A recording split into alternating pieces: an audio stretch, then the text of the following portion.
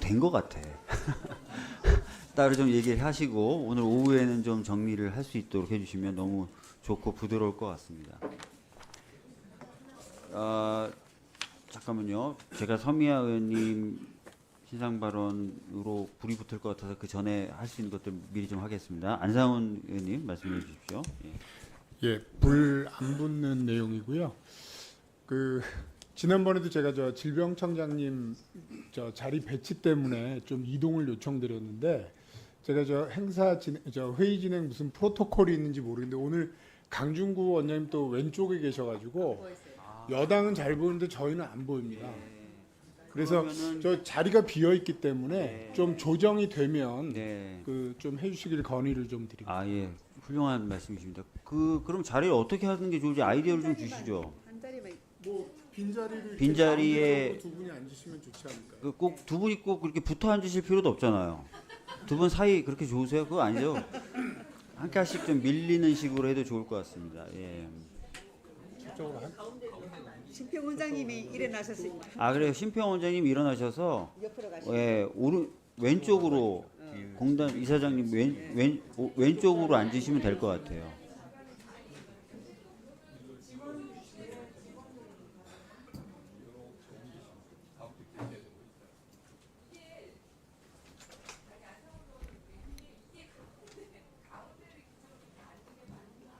그거 지금 가운데가 아니에요.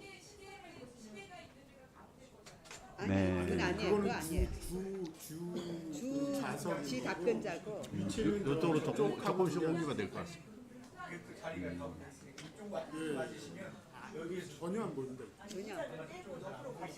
자 이렇게 하겠습니다. 예, 알겠습니다. 그러니까 요 심평 원장님 위치를 가지고 저희가 또 갑론을박하면 안 됩니다. 또 이걸로 갑자기 불이 붙어버리면 안 되니까요. 위치를 조금 변경하는 것으로 하되 우리 행정실 쪽에서 좀 자리를 좀 한번 좀 잡아주시는 걸로 그렇게 하도록 하겠습니다. 본질이 시작하기 전에 좀 저희가 조정은 하는 걸로 하고요. 자 다른 또 의사진행 발언이나 자료 요구하실 분, 예, 이주영 의원님. 이제 자료 요구 관련해서 심평원에 요청하는 의사진행 발언 드리겠습니다. 2024년 8월 이후에 월별 자동차 보험 약침술 및 처약 심사 현황과 관련해서 자생한방병원과 그 외의 한방병원 기준 초과건에 대한 조정 건수 자료를 요청을 했는데 이렇게 분류해서 주고 계시지 않아서 아마 자료 작성이 늦어지고 있는 것 같은데요. 이 자료는 심평원이 자동차 보험 진료수가 심사 업무를 공정하고 효율적으로 수행하고 있는지에 대해서 반드시 확인이 이번에 필요한 자료이기 때문에 종합감사 전까지 가급적이면 최대한 빠르게 저희 의원실로 제출을 요청 부탁드리겠습니다. 네, 심평 예, 원장님. 그 부분은 제가 자료를 드린 것 같은데 제가 누락이 됐는지 확인해 보겠습니다. 예, 네. 저는 보고를 받았기 때문에. 예. 뭐 만약에 이미 주신 것으로 파악하고 계실 정도면 굳이 뭐 종감 때까지 기다릴 필요가 없이 빨리 주실 수도 있겠네요. 예, 되도록이면 신속하게 제공될 수 있도록 했으면 좋겠습니다. 예, 한지아 의원님. 예. 예. 저희도 주시면 좋을 것 같습니다. 그 자리. 예. 그러면은 다 심평 원장님, 예. 방금 이주영 의원님이 원하신 자료를 요구하시는 의원실이 한 3개, 4개 정도 더 있는 것 같습니다. 그러면 예. 전체적으로 좀 주실 필요가 있을 예, 것 같습니다. 제가 본 자료가 맞는지 확인하고 예. 필요하면은 더 분석해야 되면은 종감전까지 드리고 이미 네. 되어 있는 것만 미리 드리겠습니다. 네네, 그렇게 해주시면 될 것 같습니다. 자리 배치는 그럼 된 겁니까 이제? 예. 어떻습니까 안상훈 의원님?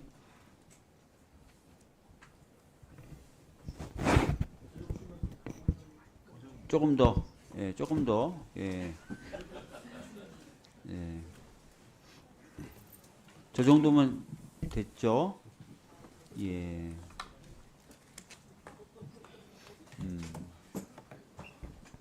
사실 어떻게 보면은 제일 불편한 게 전데요. 제가 정은경 장관님 얼굴을 못 봐요. 왜냐면 여기 속기사분이 항상 앉으시는데 딱 가운데 가립니다. 그래서 제가 뭐 어제 화를 낼 때도 정은경 장관님 전혀 안 보이는 상태에서 말씀을 드렸다는 거 참고해 주시고요. 근데 심평 원장님 키가 크셔가지고 얼굴 보이시네요. 이렇게 앉으셔도.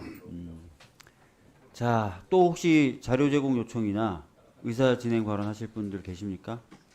안 계시죠? 자, 이제 드디어 서미화 의원님 발언하시겠습니다. 서미화 의원님? 예. 네, 소리로 보는 시각장애인 더불어민주당 서미화 의원입니다. 지난 10월 15일 복지부 국감 3차 질의에 관련해서 야당 간사인 김미애 의원께서 제 질의를 온라인에 억지 갑질로 규정했습니다. 관련해 몇 가지를 바로잡겠습니다. 먼저 저는 당일 참고인의 출석에 감사의 뜻을 밝혔고요.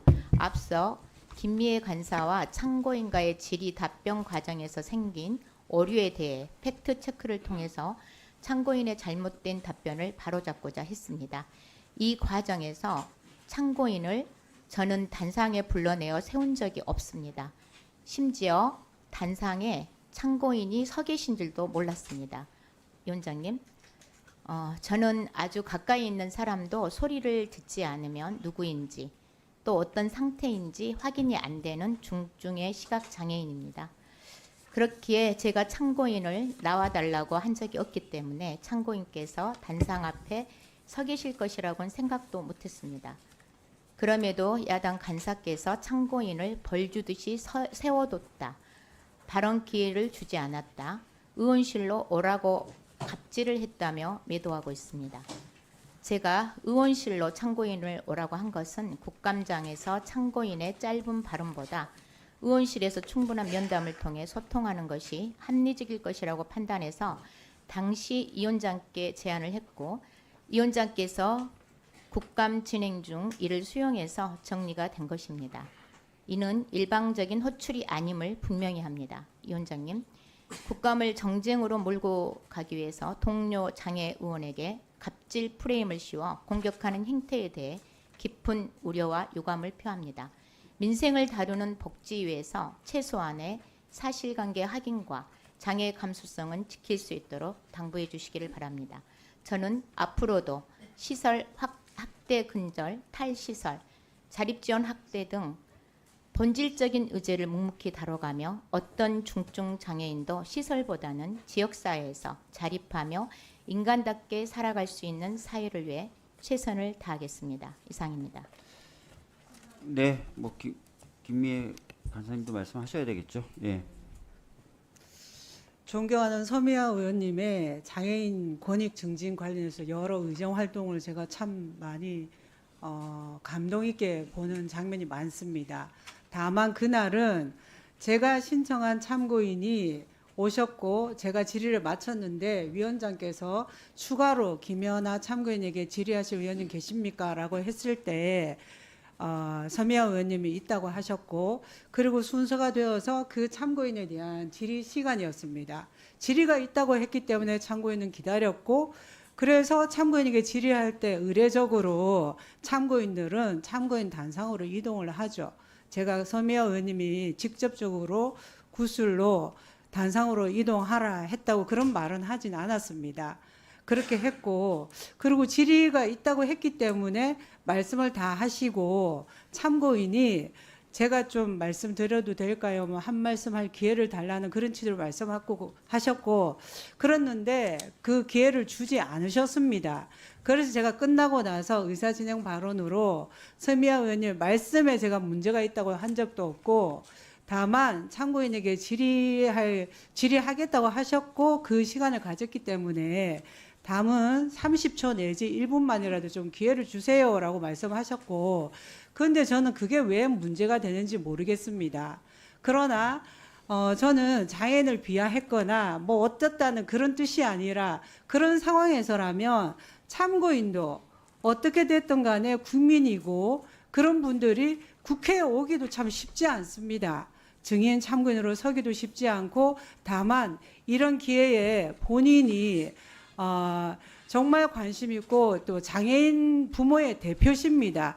그분이 자기 목소리를 좀 전달하고 싶은데 그 과정에서 의원님이 말씀 다 하시고 끝까지 듣기만 하고 그러다가 돌아가게 해서는 저는 안 된다는 생각이었고 굳이 그렇다면은 국민 일반 누구나 온라인으로 얼마든지 말씀하신 거 보일 수 있습니다. 그렇게 해도 되고 질의하시겠다고 했으니까 기다렸던 것이고 그러면 거기에 대해서 한 말씀 할 기회는 드리는 게 저는 국민에 대한 예의라는 생각이었고 그 부분이 참 못마땅한 건 사실입니다. 그리고 그거는 국회의원의 갑질이라고 저는 판단했습니다. 저의 판단의 문제지 그것이 그 상황에 대해서 제가 달리 말씀드린 건 없습니다. 그 판단이 문제가 있다면 그것은 제가 비판으로 달게 받겠습니다. 그러나 저는 앞으로도 증인이든 참고인이든 본인이 신청하지 않은 분들을 질의하겠다고 하고 기다리고 하고 그 시간을 가졌으면은 참고인 증인에게도 얼마에 말씀드릴 기회는 주는 게 온당하다는 생각입니다. 이상입니다. 네. 혹시 추가로 말씀하실 분은 없죠? 네. 네. 예. 따로 두 분 만나실 때 예.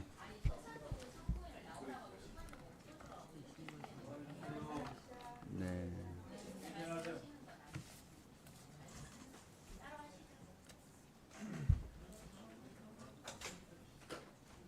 네. 두 분이 이제 따로 또 얘기를 하신다고 하셨으니까요. 두 분 말씀 좀 잘 나누시고 어느 누구도 증인이나 참고인을 가볍게 여기고 그러진 않았습니다. 예. 네, 됐습니다. 다 양당 다 하실 말씀이 많은 거로 알고 있습니다. 제가 예. 심지어 저도 할 말이 있으니까 이제 그만하시고요. 예. 자, 이제 질의에 들어가도록 하겠습니다. 질의는 1문 1답으로 하고 1차 질의 시간은 위원장과 간사 간의 협의에 따라 답변 시간을 포함하여 7분입니다. 위원님들께서는 효율적인 감사 진행을 위하여 정해진 질의 시간을 지켜주시기 바랍니다. 그러면 순서에 따라서 존경하는 한지아 의원님 질의해 주시기 바랍니다. 네, 정희석 이사장님, 의약품의 원활한 공급은 국민 건강 그리고 보건 안보와도 관련되어 있다고 생각합니다. 동의하시죠? 네. 그 이사장님 요즘 언론을 보면은 의약품 품절과 공급 중단이 많이 나옵니다. 국민들께서 많이 불안하시지 않을까라는 생각은 합니다. 급여화된 의약품이 한 2만 개 좀 넘는 걸로 알고 있습니다. 2021년까지는 그런데 그 2만 개가 품절이 됐거나 공급이 중단이 되더라도 사실상 제약사들이 공단에 보고할 의무가 없었습니다. 그래서 파악하기 어려우셨을 것 같습니다. 맞죠? 네. 예. 물론 그 전에도 법적으로 국가 필수 의약품이라든가 퇴장 방지 의약품은 대부분 식약처에 보고는 됐는데 이제 그건 3,000개밖에 되지 않기 때문에 이제 나머지는 파악하기가 어렵고 파악하기 어렵다는 거는 공급이 중단돼도 이제 환자들을 위해서 어떤 후속 작업을 못했다는 얘기로 파악을 하고 있습니다. 맞죠, 이사장님? 네. 그래서 2021년도에 급여화된 약가에 대해 공단 제약사 간의 요양급여 합의서를 체결하는 제도를 도입한 걸로 알고 있습니다. PPT 보시겠습니다. 그러면서 공단에 이제 공급 중단이나 품절이 신고된 건수가 보고되기 시작했고 2022년도에는 2건, 그러면서 2024년도 600 품목으로 이제 300배 정도 늘었다고 알고 있습니다. 하지만 이제 합의서는 법적 구속력이 없죠. 네. 그렇기 때문에 공급 중단 보고가 공단에 누락되는 경우들이 좀 있는 것 같습니다. 2024년도의 경우에는 33개의 품목이 의약품 공급이 중단이 됐지만 공단에 신고가 안 된 걸로 알고 있습니다. 아마 더 있을 수도 있을 거라는 생각이 듭니다. 그러니까 결국은 합의서에 따라 공단에 미리 알리고 환자 보호 방안을 협의해야 되는데 위반을 한 거죠, 제약사들이. PPT 보시겠습니다. 잠시만요. 지금 자꾸 무슨 소리가 나는데 상임위장에서 핸드폰은 묵음 또는 좀 진동으로 해주셨으면 좋겠습니다. 어느 분이든 상관없습니다. 동일하게 좀 기준을 지켜주셨으면 좋겠어요. 네. 자, 진행해 주시죠. 네, 고맙습니다. 그래서 합의서 작성한 제약사는 신고뿐만 아니라 몇 가지를 더 해야 됩니다. 일단 급여 적용이 되는 동안에는 병원 요양기관에 원활한 공급을 하게 되어 있습니다. 그리고 협약의 공급이 중단됐을 경우에는 사실상 일정 금액을 지급하도록 제약사에게 요청하고 있습니다. 그런데 지급 명령 같은 경우에 단 한 건도 없는 것으로 알고 있습니다. 33건이 작년에 중단이 됐는데 지급 명령이 한 번도 이루어진 게 없는 거죠. 그래서 체결을 했는데도 불구하고 신고도 안 하고 결국에는 협약서를 했어도 신고도 안 하고 원활한 공급도 안 되고 안 했을 때 어떤 제재 방법이 하나도 없는데 이거에 대해서 어떻게 생각하십니까, 이사장님?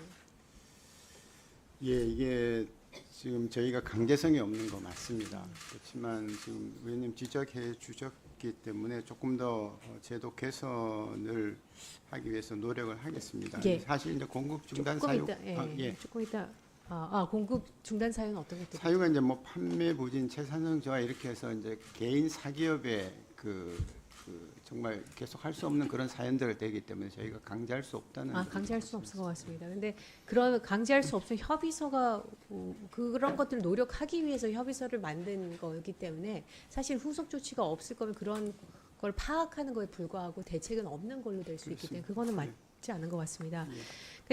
PPT 보시면은 필수 의약품인 혈액 질환 치료제인 피브리노겐 같은 경우에는 공급 중단을 막기 위해서 공단이 30배의 약가를 인상하겠다고 했는데 업체가 그래도 중단을 했죠. 예. 실제로 강제할 수 없는 구조라면 이건 바꿔야 됩니다. 왜냐하면 협의서가 사실상 유명무실한 것 아닙니까? 그래서 실질적 구속력도 없는 합의서 역할을 못한다고 하기 때문에 이제 법제화에 대한 부분을 좀 고민해 보셔야 되시고 규칙이든 고시든 뭐 유연하게 해야 된다면 그런 것들을 해서 어떤 강제성을 부여해야 된다는 생각이 듭니다. 강제성이 아니더라도 최소한 공급 중단을 했을 경우에는 어떠한 제재 조치나 그 일정 금액 지급하도록 하는 것을 명시해야 된다고 생각합니다. 그렇게 해주시겠습니까? 예, 그렇게 하도록 하겠습니다. 예, 다음 질의로 가겠습니다. 이 질의는 사실 심평원과 건보공단 모두에게 이제 드리고 최종적으로 건강보건 정책국장인 이준규 국장님께도 답변을 좀 부탁드리겠습니다. 사실 제약 기업 활동을 하기 위해서는 예측 가능성이 굉장히 중요합니다. 그렇죠. 그 약가를 우리가 1년 동안 아마 기업 제약사가 올해는 이 약은 이만큼의 급여 금액으로 이제는 공급이 될 거다라는 것은 1년을 이제는 계획하는 데 굉장히 중요하다고 생각합니다. 그런데 이제 국내 약가 사후 관리 제도를 보면은 이 시기가 다 다릅니다. 사용량 약가 연동 협상은 뭐 9월에 한다고 하지만 또 실거래 약가 조사 약가 인하는 통상 연초 1월, 2월에 하기도 하고 2024년도에 7월에 진행을 했고요. 급여 적정성 재평가는 통상 연말에 하고 사용 범위 확대 사전 약가 인하는 뭐 사유 발생 제한 등등이 있습니다. 근데 이렇다 보니까 기업이 약가가 갑자기 인하되고 약가의 변동이 있을 수가 있기 때문에 예측 가능성이 떨어진다는 얘기들을 많이 하고 있습니다. 우리가 지금 바이오 제약품은 제약 바이오 산업은 굉장히 중요하거든요. 그렇기 때문에 어느 정도 이런 부분들이 통합할 수 있는 것들 통합을 해야 된다고 저는 생각합니다. 불규칙적인 약가 인하로 인해 업계 혼란을 줄이고 또 동시에 재정 누수를 예방하는 데 기여할 수도 있고 또 재정 절감만을 목적으로 하는 것가 아니라 재정과 산업 조화 육성시키는 방향으로 제도 운영을 하는 것이 굉장히 중요하다고 생각합니다. 특히 사용량 약가 연동 협상과 실거래가 약가 인하 정도는 사실상 조금 통합해서 갈 수도 있지 않을까라는 생각이 듭니다. 나머지는 좀 어려울 수 있더라도요. 그러니까 이런 부분들까지 세심하게 좀 봐주는 게 중요할 것 같아서 이사장님과 심평원 원장님 그리고 최종적으로 이종규 국장님께서 이 부분을 어떻게 해갖고 가실지 좀 말씀해 주시고요. 이런 제약 바이오 산업 미래 먹거리고 우리 전략 자산입니다. 국가적 과제이고요. 이 부분에 대해서 잘 검토해 주셔서 말씀해 주시고 의원실로 대안을 보고해 주시길 부탁드립니다. 예, 이상입니다. 이사장님부터 말씀해 주시면 말씀 뭐 주시죠. 의견이 있으시면. 예, 사실은 약을 생산 못한다고 했을 때 저희가 어떻게 할 방법이 없고 그런 개인 기업의 사기업에 대해서 저희가 뭐 이렇게 행정 명령이나 이런 거 이행하기 좀 쉽지는 않습니다만은 저희가 대신에 재고를 계속 모니터링하면서 대체 약품이 늘 있게 마련이니까요. 예, 근데 33개는 필수 약품이었으니까 그거에 대한 대책이 있었을 것 같고 그래도 이 보고를 받는다는 거는 어떤 대안이 있어야 되는데 협의서를 그래서 만드신 거 아닙니까? 그래서 못하는 경우도 있겠지만 그런 부분을 세심하게 할 수. 예, 말씀하신 대로 뭐 식약처도 물론이고 심평원 또 우리 감독기관 복지부하고 잘 협의해서 좀 더 개선될 수 있도록 꼭 하겠습니다. 예. 약 사후 관련한 4가지 정도가 있는데 그 중에서도 의원님이 지적하신 실거래가 관련된 거는 시기적으로 잘 맞도록 협의해 보겠습니다. 마치셨습니까? 네, 건강보건국장입니다. 아까 의원님 말씀 주셨던 필수약품 공급과 관련된 그 계약 관련된 부분은 저희가 다시 한번 좀 제도 개선 방안을 찾아볼 수 있도록 하겠습니다. 그리고 약과 사후 관리와 관련된 부분은 저희가 지금 제도 개선을 검토 중이어서 그 제약업계가 예측 가능하도록, 그러니까 저희가 약관은 관리하지만